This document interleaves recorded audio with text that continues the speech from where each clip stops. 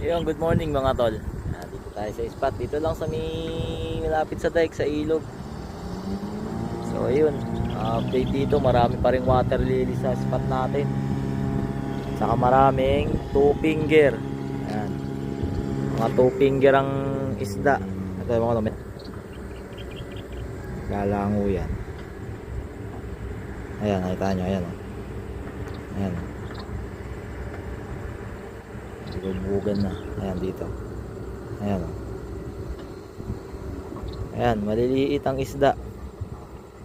Ayan ang lutang. Pero ang kapal. Ayan o. Dami nila o. Doon pa o. Ayan o. Ayan pa. Ayan. Ayan ang lutang maliliit. Dito sa harapan natin o. Ayan o. Dami o.